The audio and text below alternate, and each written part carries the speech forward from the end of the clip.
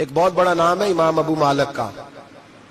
یہ اتنے بڑے شخص ہیں کہ ہارون رشید نے انہیں قاضی القضاء بنایا تھا, چیف جسٹس بنایا تھا. حضرت امام مالک کہتے ہیں میں غریب کا بیٹا تھا. اکثر دین پڑھنے والے غریبوں کے بیٹے ہوتے ہیں. امیروں کے بچے ایف ایس سی پڑھتے ہیں, بی ایس سی پڑھتے ہیں, ٹیکنالوجی پڑھتے ہیں. غریبوں کے بچے دین پڑھتے ہیں, اور پھر امیروں کو ممبریاں ملتی ہیں, غریبوں کے بچوں کو اللہ ممبر عطا فرماتا ہے, مصلی رسول اللہ دیتا ہے. حضرت سیدنا امام ابو مالک فرماتے ہیں میں غریب کا بیٹا تھا اور میری 6-7 بہنیں, میں اکیلا بھائی تھا. آپ فرماتے ہیں میرے ابا جی فوت ہو گئے.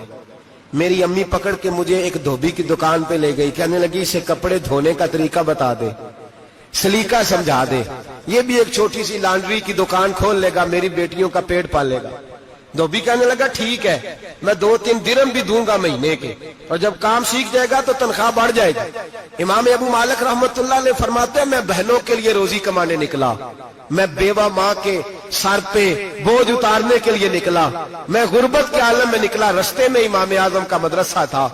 فرماتے میں وہاں چمکتے چہرے دیکھتا, لیکن اپنی غربت کو دیکھ کے میں آگے بڑھ جاتا, پریشان ہوتا کہ میں کیسے علم حاصل کروں گا.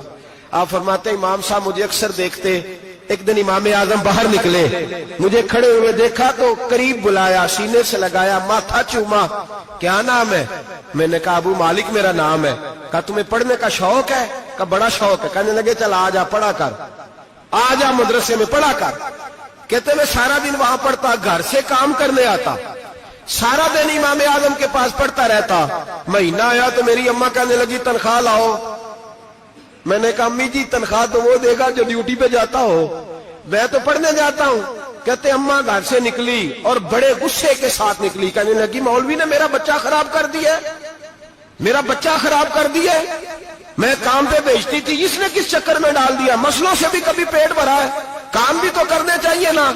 کہتے امام اعظم کے سامنے کھڑی ہوئی. امام صاحب بڑے امیر کبیر آدمی, اربوں خربوں پتی تھی, اور پھر اتنے بڑے عالم فقیر, سارا بغداد, سارا کوفہ, سارا مصر سلوٹ کرتا ہے. بی بی آئی اور تیز جملے, عورتوں کا طریقہ ہوتا ہے. کہنے لگی مولوی تیری سفید داڑھی, تیرا اتنا نام, تجھے خیال ہی نہیں آیا میں بیوہ عورت ہوں, تو نے میرا بچہ خراب کر ڈالا, میری یتیم بچیاں روٹی کہاں سے کھائیں گی, مسلوں سے بھی کبھی پیٹ بھرا ہے. کہتی اتنے سخت جملے کہے, پر قربان جاؤ امام اعظم سنتے رہے اور مسکراتے رہے. کہنے لگے میری غلطی ہے, میری غلطی ہے, میری غلطی ہے. بی بی بھول گیا تھا, غلطی ہو گئی. بی بی کہتی رہی, امام صاحب سنتے رہے. جب غصہ اتر گیا تو کہنے لگے اماں تیرا غصہ اتر گیا ہے؟ اتر گیا ہے. کہنے لگے تیرا بیٹا بڑا نیک ہے, تیرا بیٹا بڑا لائق ہے, تو اسے پڑھنے دے. کہنے لگے چپ کر دے مولوی, یہ پڑھے گا تو میں روٹی کہاں سے کھاؤں گی. امام صاحب کہنے لگے مجھے بتائے گی تیرے گھر کا خرچہ کتنا ہے. اس نے ایک لفظ تو ہے 3 دینار کا, ایک روایت ایسی بھی لکھی ہے بزرگوں نے, کہنے لگی 40 درہم ہے. اور اماں کہتی میں نے جان بوجھ کے زیادہ بتائے, حالانکہ میں کناک کا خرچہ کرتی تھی, لیکن جب کھلا ڈلا کرے تو وہ والا خرچہ بتایا. میں نے کہا 40 درہم خرچہ ہے, تو دے گا؟ تو کہتے امام اعظم کہنے لگے اماں تجھے لینے نہیں آنا پڑے گا, پہلی سے پہلے تیرے گھر میں پہنچ جایا کریں گے, یکم سے پہلے آئیں گے. او بھائیو کہاں استاد ملتے ہیں, کہاں استاد ملتے ہیں, کہاں وہ لوگ ملتے ہیں جو دعائیں مانگتے, التجائے کرتے, پیار کرتے. گزر گیا وہ دور, اب تو سوٹ لینے کا دور ہے, مٹھائیاں لینے کا دور ہے, ہاتھ ڈلوانے کا دور آیا ہے. اب کون پوچھتا ہے, اب تو پوچھتے ہیں تو میرے لیے کیا لایا ہے. حضرت سیدنا امام اعظم ابو حنیفہ رحمت اللہ علیہ 1 دن نہیں, 2 دن نہیں, 4 دن نہیں, 5 مہینے نہیں, 20 سال تک, کہنا آسان, بولنا آسان, سننا آسان, 20 سال تک امام ابو مالک کے گھر میں خرچہ دیتے رہے, وہ پڑھتے رہے. اماں کہنے لگی تو میرے بیٹے کو لگا تو لیا ہے, تو پڑھ کے بنے گا کیا.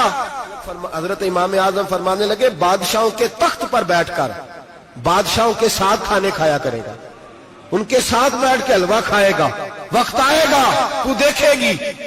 کہتے ہیں میرے امام انتقال کر گئے, وقت بیت گیا. ہارون رشید نے مجھے بلایا بغداد میں اور کہا میں آپ کو چیف جسٹس بنانے لگا ہوں. کہتے ہیں میں خوشی سے سجدے کرنے لگا, میں چیف جسٹس بنا. میں نے اپنی اماں کو خط لکھا کہ اماں بغداد آ جا, تیرے بیٹے کو اللہ نے بڑی شان عطا کر دی ہے. فرماتے ہیں ہارون رشید کی بیوی بڑی